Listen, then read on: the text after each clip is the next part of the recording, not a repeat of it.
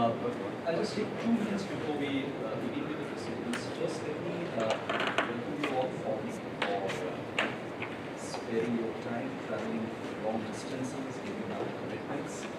Thank you so much. I think we have started on a good note, fairly provocative and exciting note. We hope that provocation and excitement will build up as we go over to the next few hours and on to tomorrow. 3 points before I hand over to Dr. Narayan. The first is I convey you the apologies of our director, Mr. Sunata Mitra. He has not been able to join us actually. He had a heart surgery last month in Germany. He's back in Singapore, but there are these periods of stress that he is going through, and he called me in the morning today and said that if he feels better, he will definitely try to join us at any point in time. But I think we all who have been working with him have been advising him to take it easy and take it slow. So he conveys his very sincere apologies to all of you for not being able to join us at this point in time. The second that I wanted to mention, the second point is that as far as the speakers are concerned, you all have been introduced to Chandrani. She is the representative for all your troubles, and she has the answers to all problems. So whatever good happens, I take the credit. Whatever bad happens, anything goes wrong, Chandrani takes the credit. And the third point is that on both days which you have noticed, we are starting a bit late, which I guess is a good thing because it allows you time to have a good leisurely breakfast. Enjoy this new hotel where you are staying. It's one of the new hotels that has come up in a new area of Singapore. And we had to do this simply because there are a couple of regular institutional activities that we have at Alsace, particularly on a Friday, as a result of which we couldn't start earlier than we are doing tomorrow. I hope you won't mind. And we are looking forward to a very stimulating set of discussions.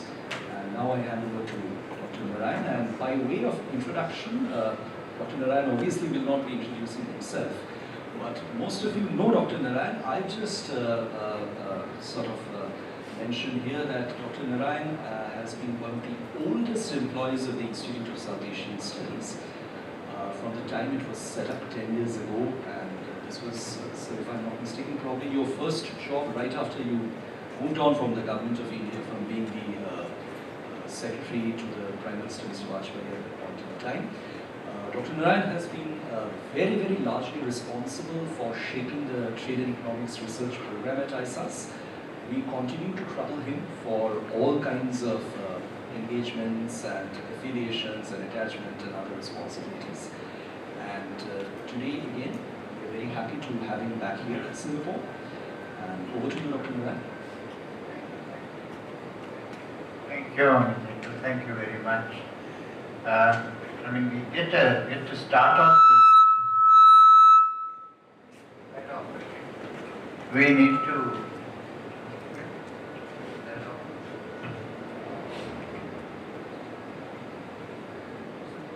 we are starting off these sessions on this seminar, and with starting up with setting the structure and setting the theme for the discussions going. So, since the larger topic is India's integration with Asia Pacific, the economic and strategic aspects, the first two papers today really are looking at analyzing the trends of trade and investment, India's trends and trade investments with the APEC, as well as the global supply chains, which would impact on the larger integration of India with APEC trade. And we have two sterling performers today. The first, of course, is Deeparghya. Dr. Deeparghya is with us at ISAS as a visiting research fellow, and he's been working on international trade, investment agreements, services trade policy, economics and outsourcing of IT integration, and applied game theory. Prior to this, he was at ICRIER in Delhi, and he has completed his doctoral studies, fellow program in management from Indian Institute of Management, Bangalore, and and he's a certified financial risk manager, so if you have any investments to do, also talk to him later about it. If you're aware of what's happening to particularly the Chinese currency, he'll tell you all about it. But at the moment, I think he's going to talk about India's trade linkages with India. Thank you, Dr. Narayan, for that rather elaborate introduction, and hope, if not sterling, my presentation adds value to the workshop. So I'll take this opportunity to wish everyone a very happy New Year once again. And as part of the organizers of this workshop, ISAS, Chandrani and my joint paper today will give you basically an overview of the trends.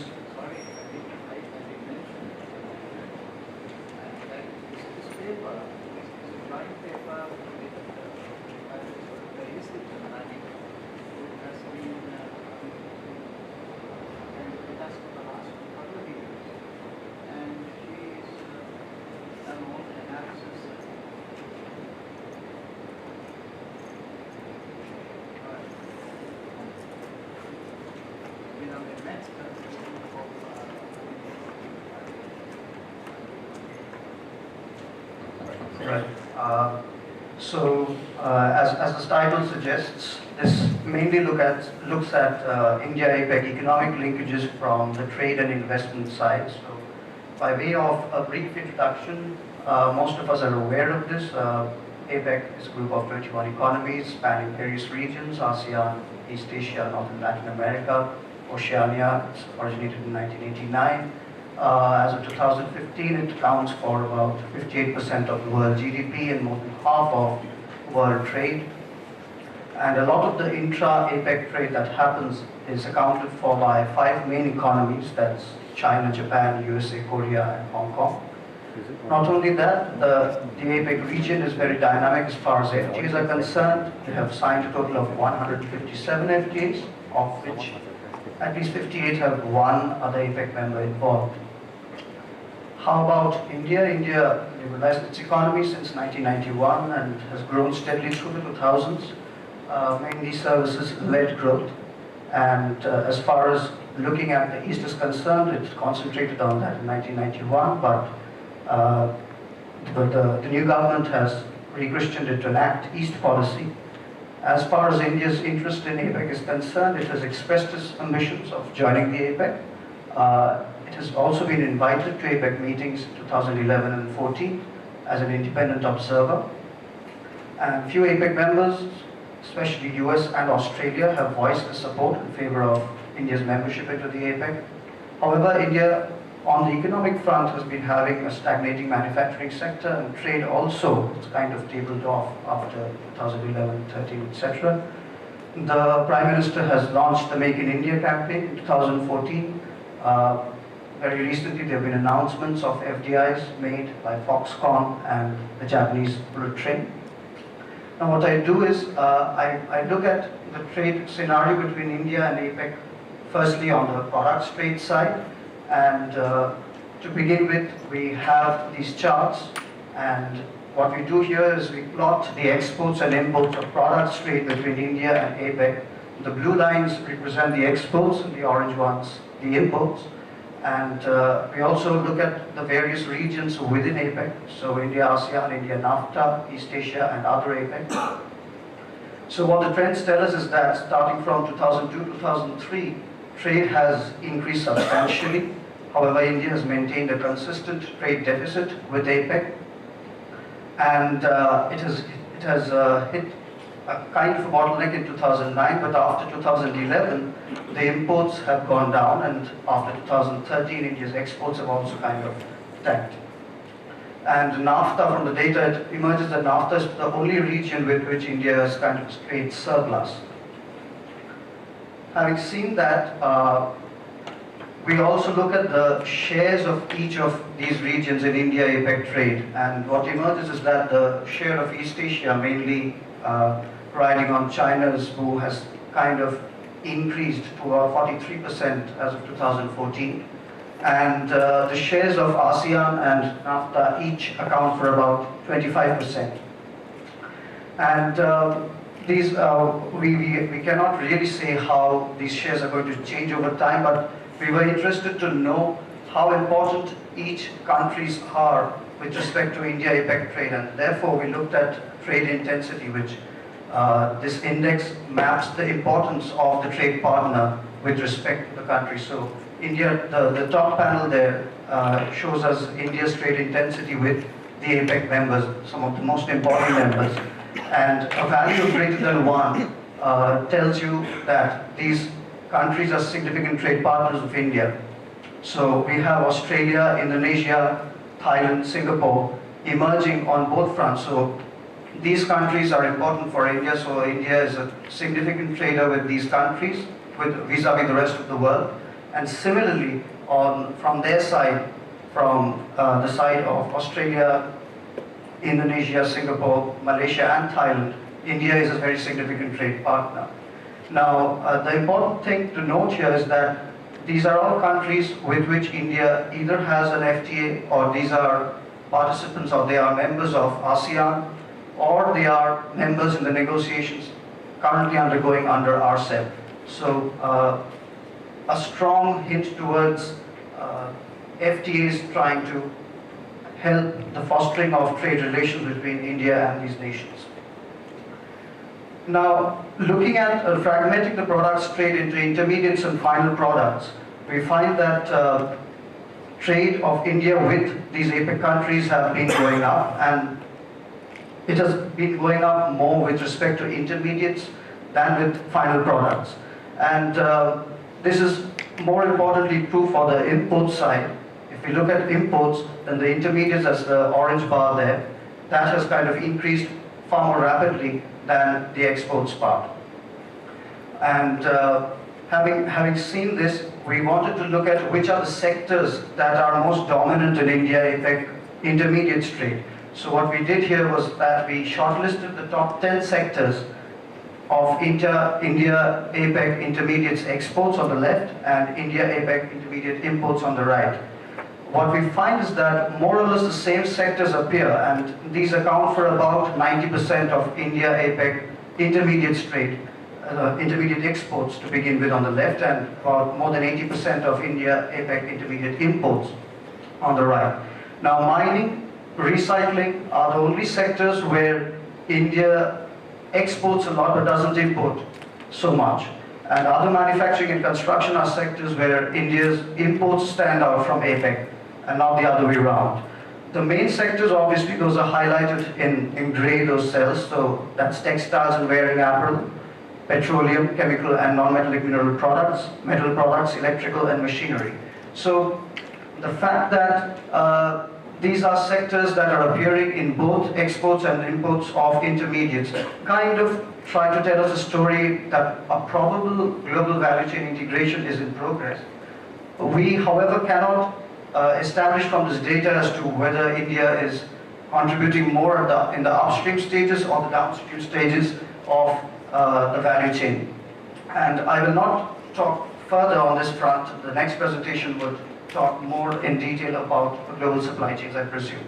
I now branch off slowly to look at services trade. India has been a leader in services trade, as most of us know. And what these graphs try to tell you is that what is the contribution of India in services final demand of APEC countries across various regions. And the bars there show us the value of India's contribution, while the orange line tells you the share of India in APEC's final demand of these services.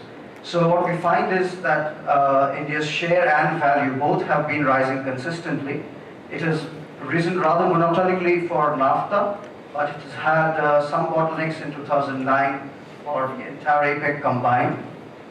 East Asia also faced kind of a downfall, and then it has increased again, and it's kind of tabling off in the last 2010, 2011. Similarly for ASEAN. What we note here is that in ASEAN's final demand of services, India contributes the most. So if we dig deeper and look at computer services, you would find that in computer services, India accounts for 25% of the value that ASEAN sources from abroad. Looking at the other way around, what is the origin of India's consumption of services from abroad? We find that again the shares of APEC have been rising. The main contributor remains NAFTA, but East Asia's share has been increasing. And a part of it may probably deal with greater value chain integration, because these are not IT services, certainly, but maybe accounting, maybe legal services that are kind of increasing their shares in services imported by India from these countries. Finally, a word or two about the investment, and here we couldn't get much information about sector-specific investments, and I see that one of the graphs is not appearing here. Well, the saving grace is that the right-hand graph is almost a mirror image, but it had the region-wise FDI inflows across the years from various APEC countries. So we find that FDI inflows have been growing, but the most significant contributors into India's FDIs into India has been obviously Singapore, and the close competitors are Japan, US, Korea, and Canada. Finally, about an unintended animation. So yeah, you could see that they are kind of mirror images, the two graphs, but the left-hand side, it shows you the trends across various regions, and ASEAN stands out. How about FDI flows from India to APEC? Again, this has been rather stable, but it had spiked up in 2010, and again after 2013, we find that there is an FDI outflow from India into APEC. This coincides with the stagnation of India's exports and imports. So maybe there is some story out there. So, and the major, again, recipients of FDI from India remains Singapore and to some extent USA. So apart from this, India has a number of bilateral investment promotion and protection agreements with various APEC countries, and the countries which do not figure here are either part of the ASEAN, with which we have a separate investments chapter, and also we have a SICA with Singapore, which details on the investment promotion and protection. Having said all this, what is it that we can conclude from whatever trends we've shared here? First, that trade in intermediates have increased substantially, outpacing the growth of trade in finished products. Petroleum, chemicals, metal products, textiles stand out amongst sectors where the trade has increased. Most important APEC countries in India's trade basket are Indonesia, Singapore, Malaysia, and Thailand, apart from Australia. And India's share in services imports of various APEC regions have steadily increased, highest shares in ASEAN region. And share of APEC in India's services consumption has also been observed to increase. East Asia's share is on the increase apart from NAFTA, which has already been high. And FDI into India from key APEC members have increased, led by Singapore, Japan, and Korea. And overarching all this, we could only say that from the trends that the role of existing FTAs and the ones that are being negotiated at this moment are key towards the future of India-APEC integration. Of special mention would be India-ASEAN Services Agreement, which has been implemented very recently. And the India-Australia, we just heard that it's nearing completion. And apart from that, RCEP, most of the countries where we found that India's trade is highest are negotiators under RCEP.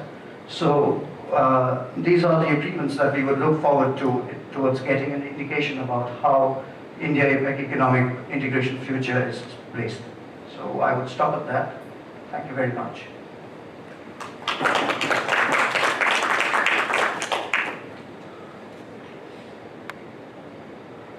Thank you, Deeparghya. Now that gives us a construct of the way in which India-APEC trade is going, and perhaps at the question and answer session, I think we could delve into it more. And now we have Dr. Ganesh Wignaraja from the Asian Development Bank, of that. And he's the advisor to the Office of the Chief Economist of the ADB.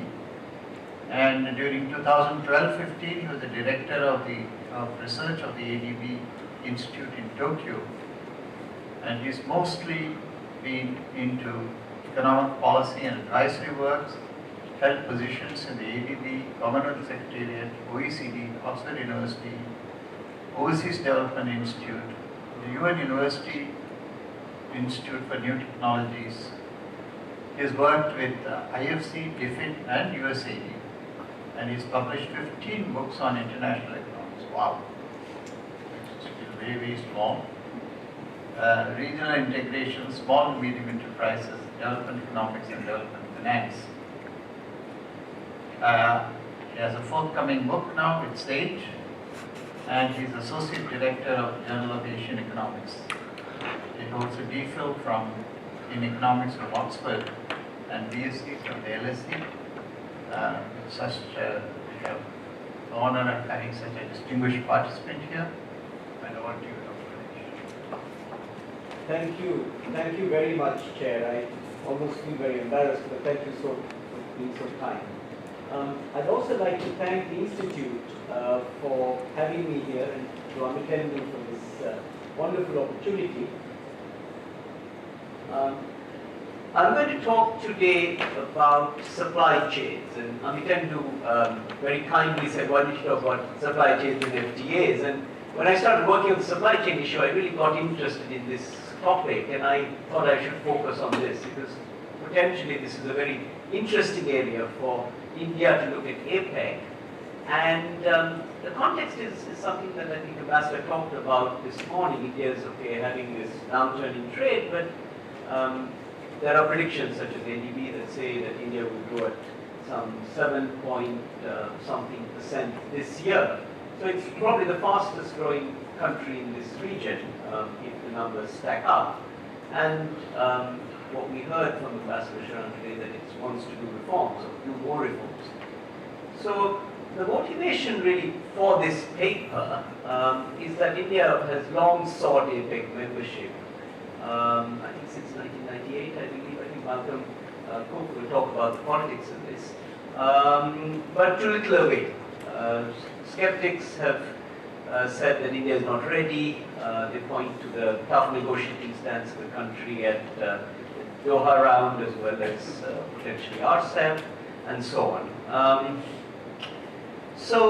But at the same time you have Indian companies, as our previous speaker kindly pointed out, that are involved more in this supply chain trade. And they've been doing it kind of quietly and under the radar. And maybe that's a good thing. So then the question is, can supply chain integration be a way to promote these ties with APEC, and then through this kind of further the case for India to join APEC?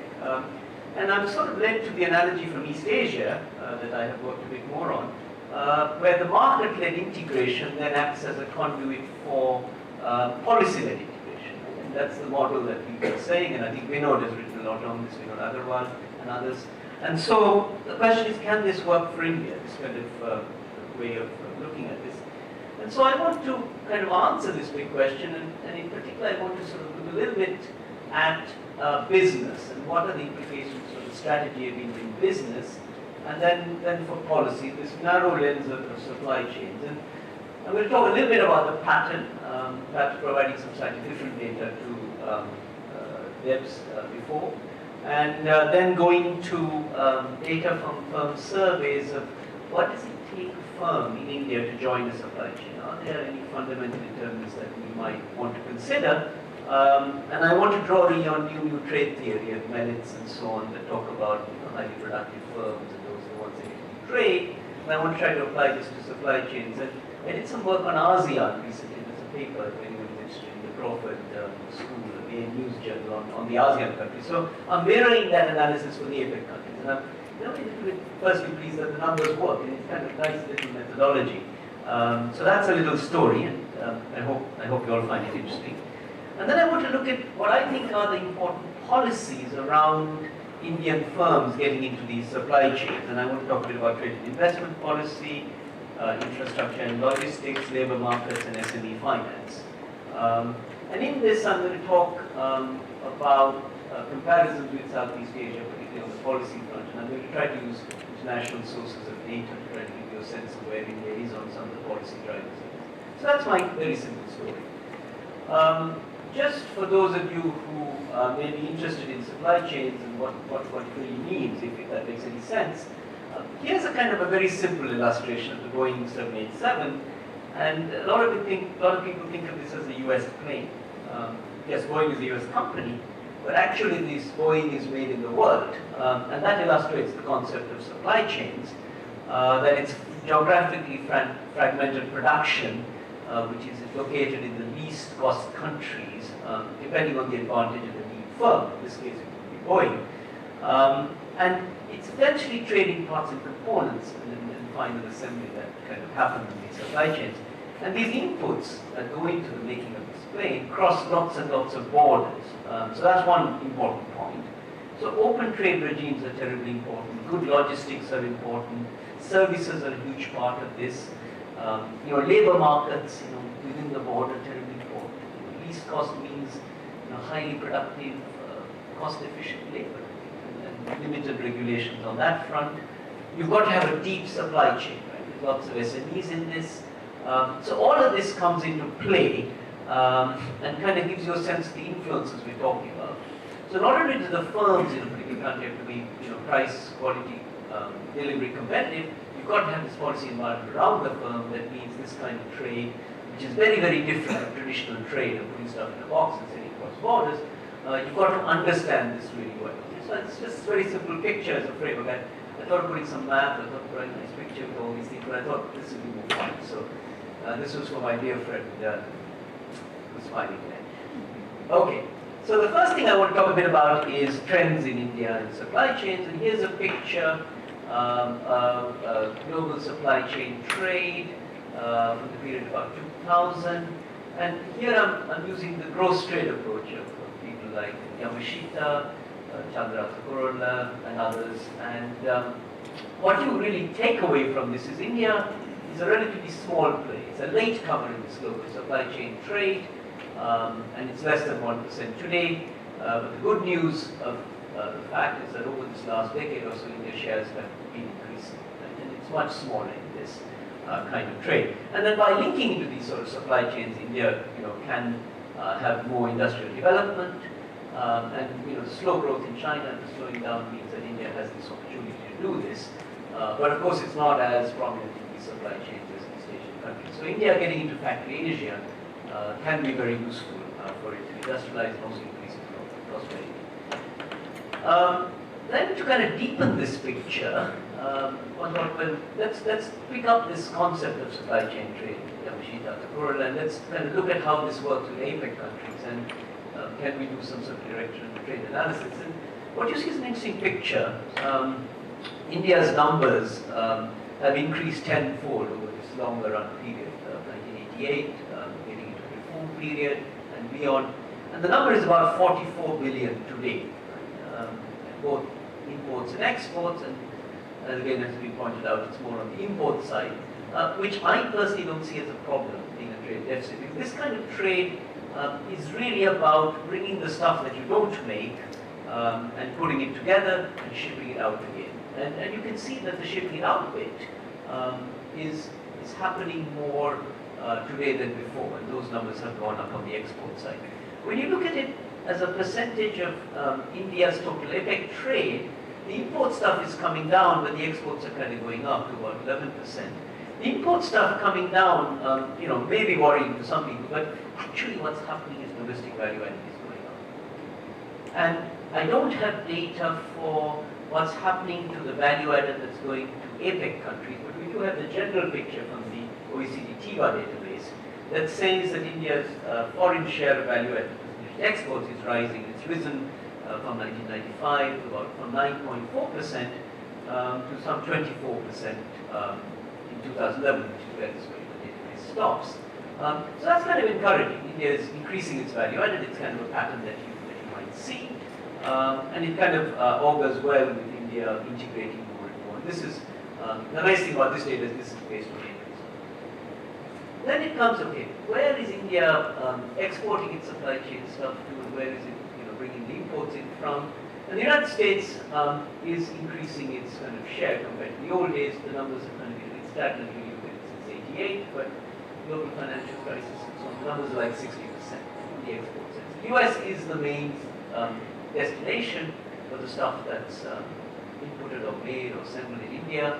The next one is ASEAN, which is kind of using at 14%. People's Republic of China is only about 6% on the export side. Right? So India-China trade is a bit of a gap, and there's a lot of potential for that in the future, particularly as the outflows of China, which is one of the things that may well happen in the downturn, perhaps move more towards southwards and then eventually to India. On the import side, it's what you would expect really with China being the world's factory. China is terribly important, but so too is the US. And Japan has declined significantly, and ASEAN remains an important place. So it's interesting, this pattern you get when you look at this. And so the broad message from this is we've had the growth of India ASEAN supply chain, and it's encouraging, $44 billion or so dollars worth of this on the import and export side, but it's below potential. Right? It should really be a $100 billion industry for India, and that's an APEC, and that I think is the target we need to think of ourselves. 100 billion sounds like a nice number, that's why I made that up, but that should be a number. And it's dominated by obviously the major APEC players, and the smaller countries, from ASEAN, eventually the Latin Americans and so on, should be more part of this trade. They're just trying to. Okay. So much for stories of patterns. Let me talk a bit about firms, and here is some data, not particularly on APEC, but tells you a bit more about India and supply chains. And this is our estimates of 5 Southeast Asian countries and then India, and it's the share of SMEs in this sample that are in supply chains, and it's the share of large firms in supply chains that are all the large firms in the sample. And what you get is the kind of classic pattern that this supply chain story really is a size-dominated thing. And the larger you are, there are advantages to being in the supply chain. If you're large, you can have scale economies of production, you can access bank finance, you can hire workers by paying better wages, you can negotiate technology contracts in a way to help yourself, and so on and so forth. So there are advantages to size of getting into this supply chain. Now the Indian numbers confirm that, but Indian firms in supply chains in these samples, and I haven't shown you the other number, which is how many of the Indian firms that are in these supply chains, they're less than, the proportions are less than those of the ASEAN countries. So India still is an income, it's confirmed by this. And the SME and large firm shares are less optimal compared to what India could be doing relative to countries that have had a longer history of supply chains. Right? Malaysia, in the electronics industry, Thailand in the auto, these confirm the priors that I had. And as we all know, the country to watch out for is Vietnam, which is really probably well placed to pick up the slack of China. It's probably one of the countries that is well positioned. So I'm kind of nice that he confirmed our priors, and he kind of also told me the story of where India was in this. So I kind of like that idea. I also, sorry, I'm trying to get this up. I also tried to do some econometric analysis, building on the work I've done for ASEAN on what are the characteristics of firms that are likely to get into these supply chains. And I sort of applied the kind of Melitz approach of Newton trade theory that talks about firm heterogeneity in supply chains. So not all firms are, in a head-shouldering type of world. There are differences between firms based on each industry considerations and others, and the more productive, larger firms are more likely to be in these things. And then you can do different types of statistical exercises with this. And I had access to the World Bank data set from the enterprise surveys, and they had some 7,000 odd manufacturing companies. And I tried to say, okay, if you're in a supply chain, what does it take? And there are ways in which you can do this. The World Bank doesn't tell you what's in the supply chain, but what you pick is kind of a conceptual definition that Richard Baldwin kind of nicely comes up with. What does it mean to globalize a firm and get into a global supply chain? You have to be an exporter. So that's the kind of a first thing. Second thing is, are you a tier 1 supplier? You supply to an export. Right? Then there's another definition which we couldn't put into this matrix, which is, are you a tier 2 supplier? Are you a supplier to a supplier? That is a supplier to an exporter. We couldn't do that. Right? The fourth thing we couldn't do, but it's important conceptually, is are you an investor in a supply chain? We couldn't do that either. But at least we got a couple of dimensions of this issue. And what I was kind of pleased with is that the data confirm my statistical priors and my biases, or my theoretical biases, that you need to be large. That's confirmed by the story. But in the Indian case, the data are quite interesting. It's you are part of or affiliated to a large business house, or you have some proportion of foreign equity. Right? And that confers advantages. And given the policy distortions that you might have in a large country like India, that makes a lot of sense to me.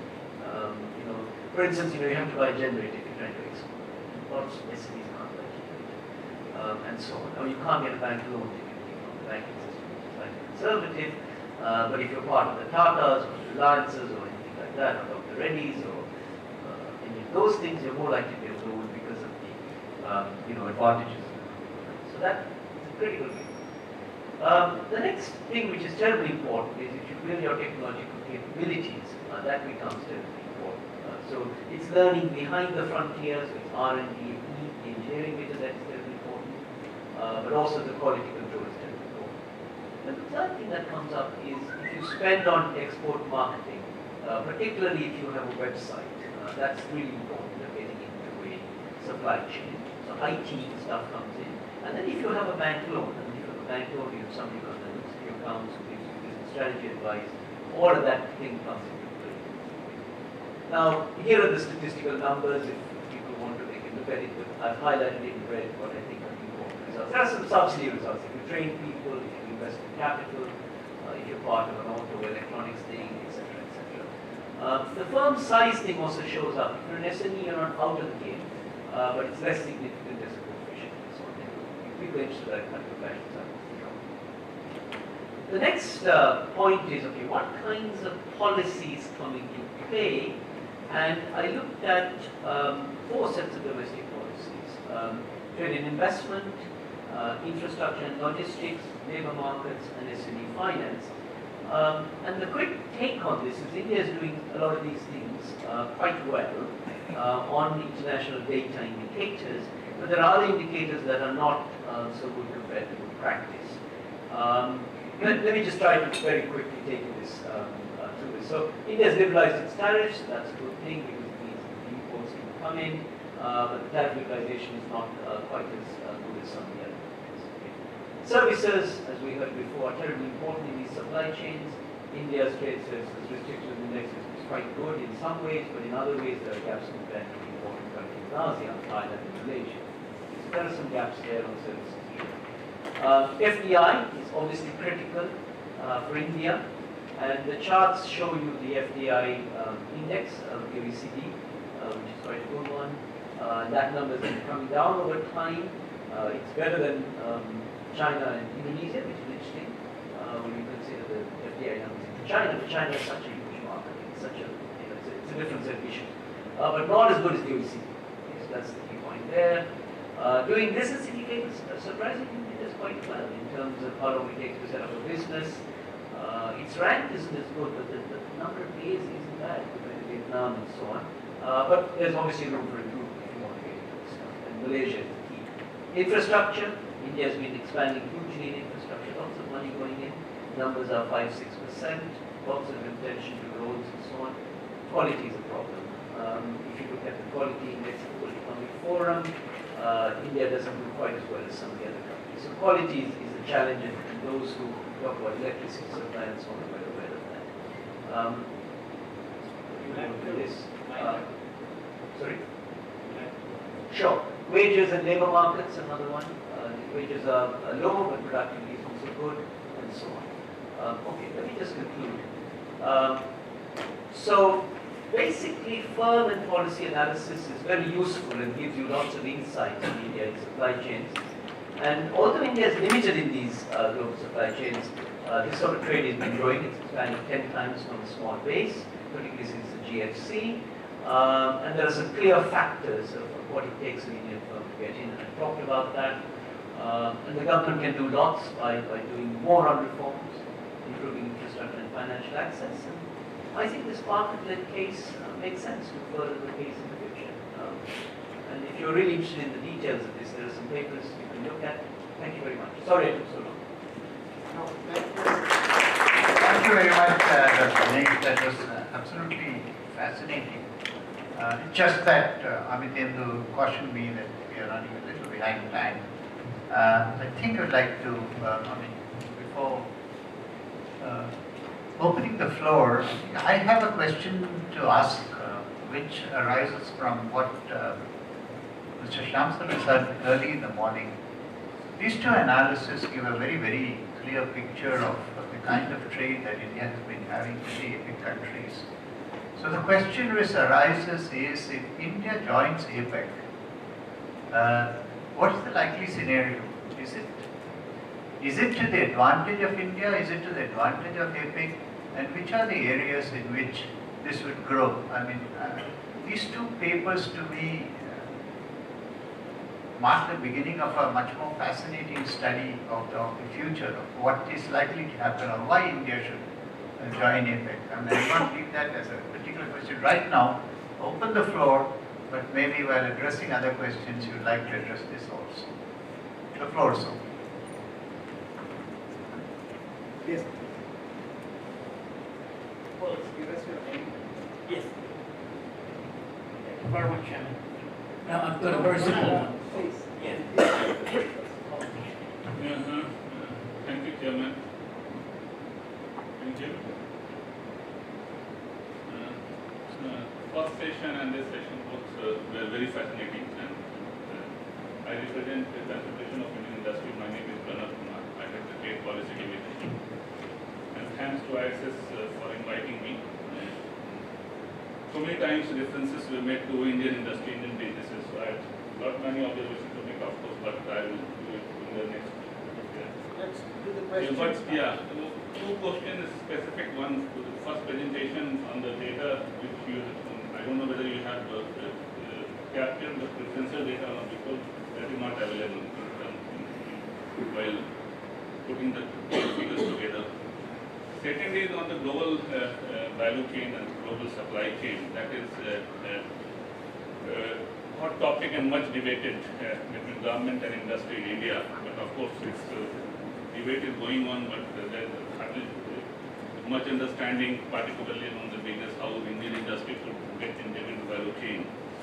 And as your data also shows that India is a small player in the global supply chain.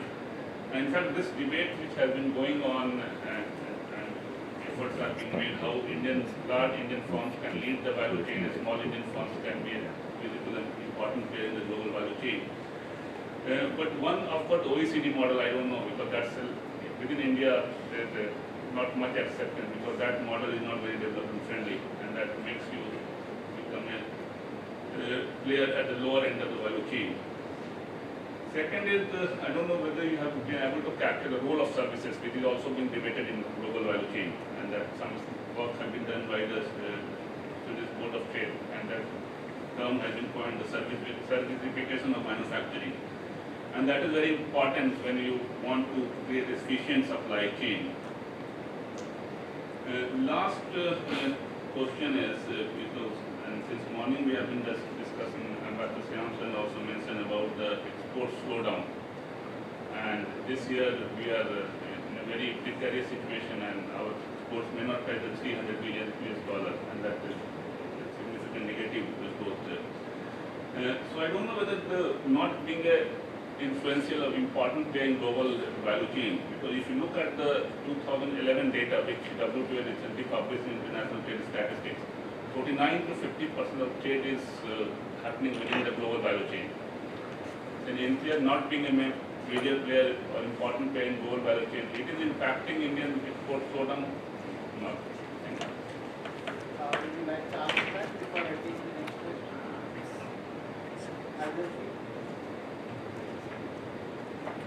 Thank you very much for those really interesting questions.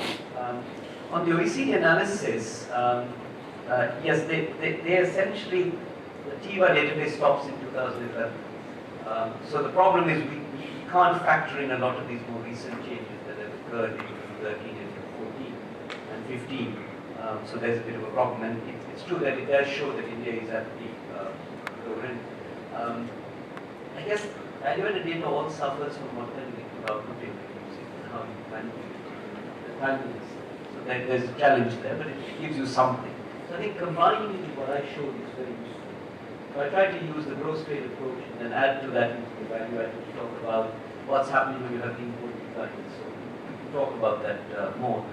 I didn't look at services in the firm where we work because I wanted to really understand the manufacturing question, particularly the fact that people are saying that Indian manufacturing is swallowed out after the opening up, and then it's trying to recreate itself with new value-added services. It keeps in the manufacturing. So I didn't do it, but I think one could do a similar analysis for IT, one could do a similar analysis for key segments of your services. So I think this is possible. I think those were the two important questions. Thank you. Yeah, I'm not sure if I understood your question correctly. Were you asking whether I looked at the preferential trade agreements database? Well, no. My conclusions are mainly from the trends that I presented, and knowing the fact that the integration has been higher with the countries with which India is negotiating or has FTAs. So that's there. And for Dr. Narayan's question, put it very bluntly again, India joining the APEC and the future of India-APEC integration is currently, as I find it, more a function of the result of the FTAs.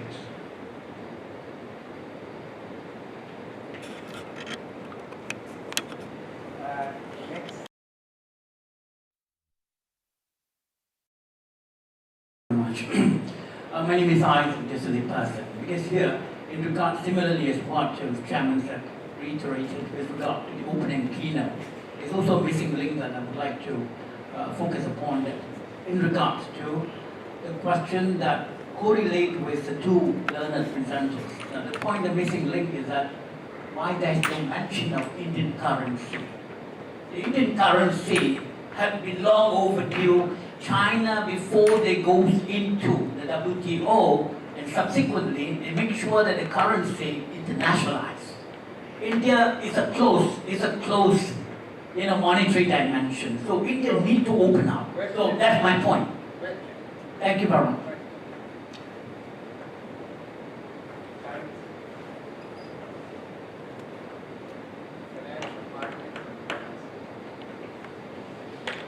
I think what is your question?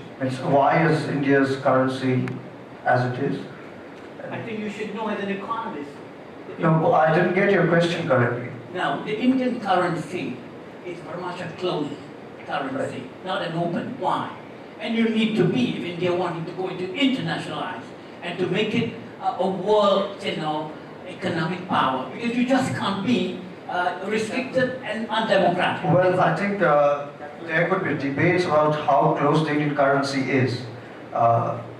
Indian capital account remains pretty much restricted, but about India's currency being managed or absolutely closed, I think there are various opinions around as to how, whether the RBI intervenes as much as it does or it doesn't at all.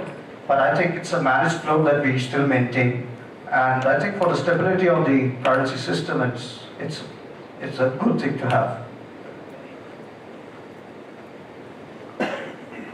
Indeed, India has a managed float, and I haven't put up the exchange rate thing, which I probably might have done. I mean, it's true that probably a priori, it's good to have a freely floating currency to promote supply chain trade, right? So that because it provides an incentive for exporters. It also helps the import of these parts and components. So, a freely floating currency is very fundamentally useful. However, when you look at China, the RMB story, is a fascinating one, isn't it? I mean, they're trading the currency through Hong Kong. It's not fully traded. Yet you've had the largest inflows of FDI to China over the last 2 decades. It dominates the production network, called gross trade approach, without the freely floating currency. So it's an interesting dilemma. So China is the exception to everything. But a priori, you probably want an exchange rate that reflects fundamentals. And good ADP card carrying members are to say that.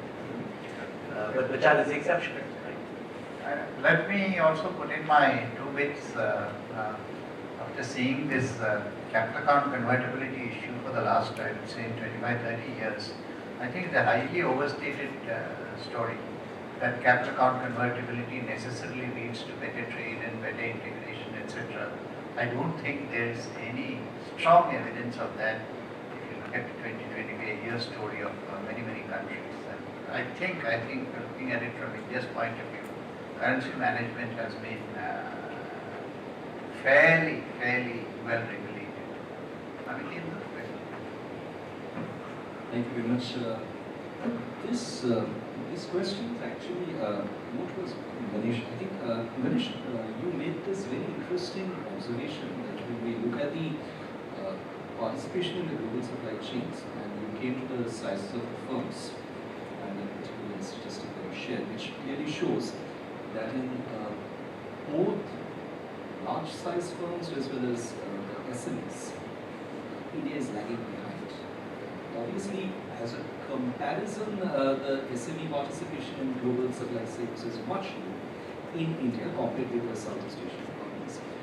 But you know, I'm just trying to maybe pose a teaser here. I mean, isn't it true that if large firms get more integrated in the global supply chains, that will, in a sense, create ancillary opportunities for the relatively smaller firms? So probably it's a connected phenomenon, isn't it? I mean, can we isolate the firm sizes in this respect in terms of studying their presence in global supply chains? I mean, what we probably see from Southeast Asia is that the integration between the various size categories of firms is much denser because of the intra-industry trade. So I just wanted to have a reaction from you on that. The second point, what I thought was very interesting, in fact, coming back to the point that Pranav mentioned, the servicification of manufacturing.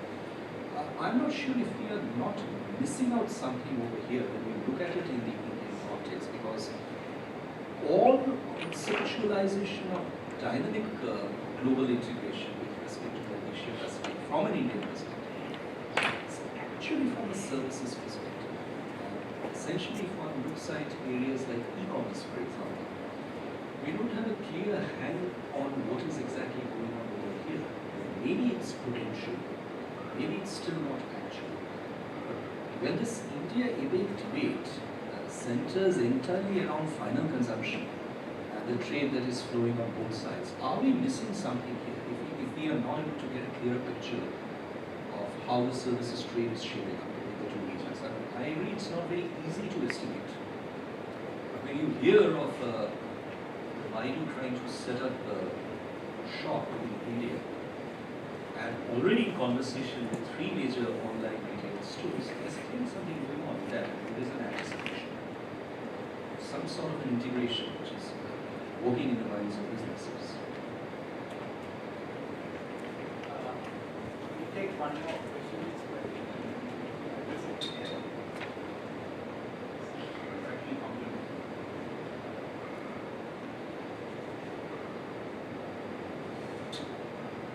I'm usually heard from New Delhi. It's, what I wanted to ask was partly asked by link. Your numbers on I'm getting, your numbers on the kind of firms participating in the value chains. It actually takes gives a very different picture as compared to the received wisdom about the firms participating in the value chains, and therefore the consequences of larger value chain participation. Because one of the things that one has been sort of hearing, and but not much evidence was there. You would produce some evidence that smaller part, the SMEs are not as as active participants in the value chains as compared to the large firms. But all along, this whole thing has been there that, the value chains actually provide opportunities to the SMEs, and therefore it's going to be employment augmenting, and so that's been the USP of the supply chains, and SMEs can then work on their low cost advantage and then bring benefits. But you seem to tell a very different picture. Yeah, so it will be then the implications are very different for employment and other things. Large firms aren't actually sort of don't provide that kind of employment. The second question that I want to ask both of you is that when you look at the aggregate trade numbers and then you are looking at the value chains and what India is doing, that is maybe a little bit of a distortion. Because if you look at India's trade pattern, we have the petroleum and goods and jewelry really hugging the scene out there. Yeah? And now if these are actually very highly important intensive. So if you are looking at the value chain story, isn't it better to sift out all the noise and then just look at the manufacturing expense and then see what the story is, rather than look at the aggregates? Because in the aggregate, in the manufacturing thing, I did some number crunching, you get a very different picture than what you're getting here. Let's let these two get answer.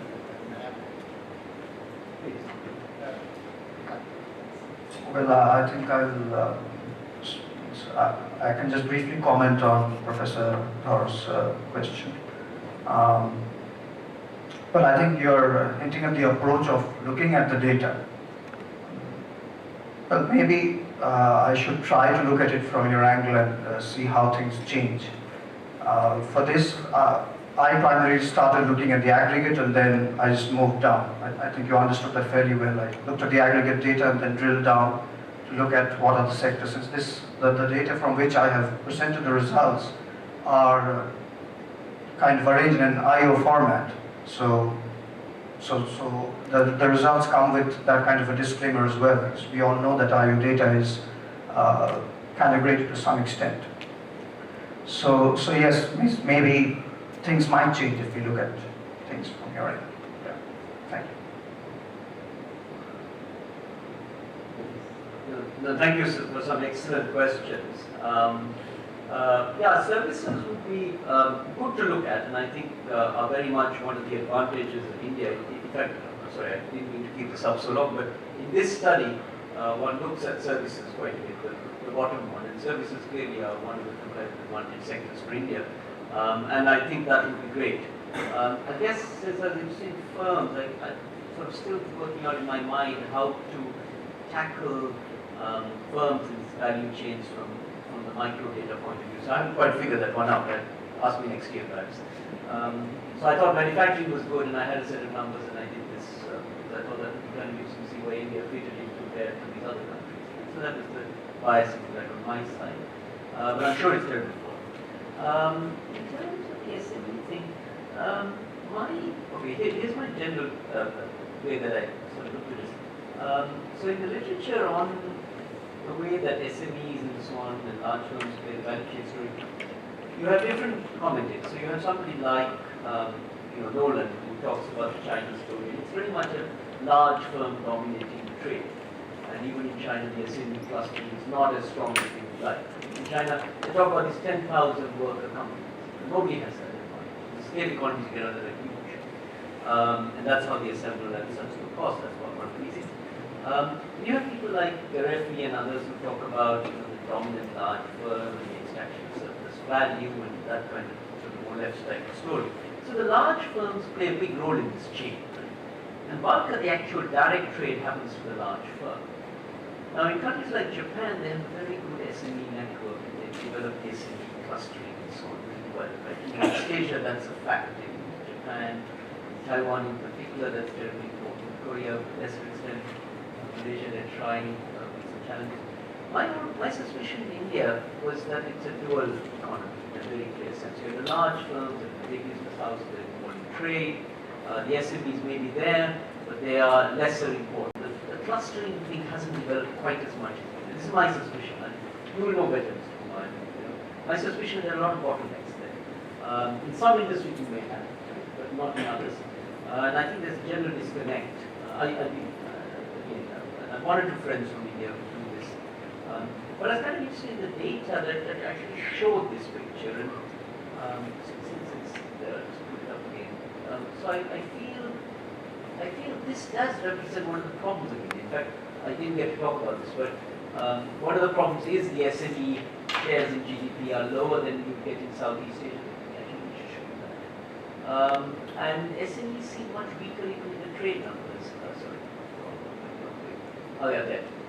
So SMEs in GDP, according to what I know about, India is not as strong as some of the other countries. And that kind of confirms my price. So the Indian case is an interesting one.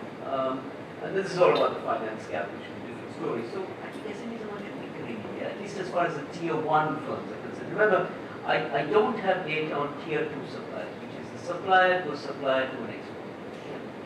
But I have tier 1. Just one small clarification here.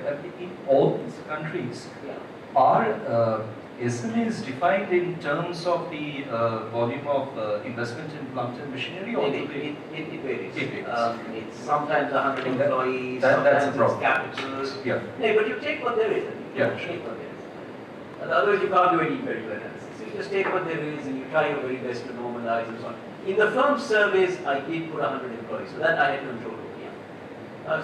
So my basic point is, I think SMEs in India are very weak in the trade sense, at least as far as exporting is concerned, and tier 1 supply. I don't know anything about tier 2 supply or tier 3 supply. As Deeparghya talks a lot about East Asia and Untitled Linkages, right?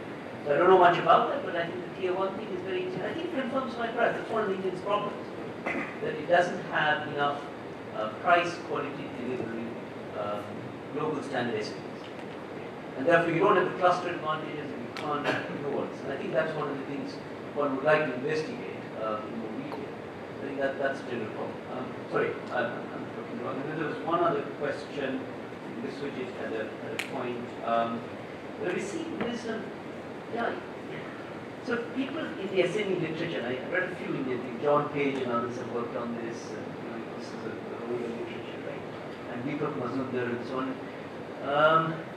There's been pretty scaling view in SMEs. Productivity and capital output was very, very weak. Protected by high tariff walls or natural protection, and, in Bihar and wherever, but not in the trading sense. The sense I get, it's a terribly important sector from a social equity and employment, and I believe that, right? There's no question in my mind. But from this type of trade, I think SMEs are disconnected with the large firms. I think the price will, this is what I guess. So that's my take, and I think this is my pride.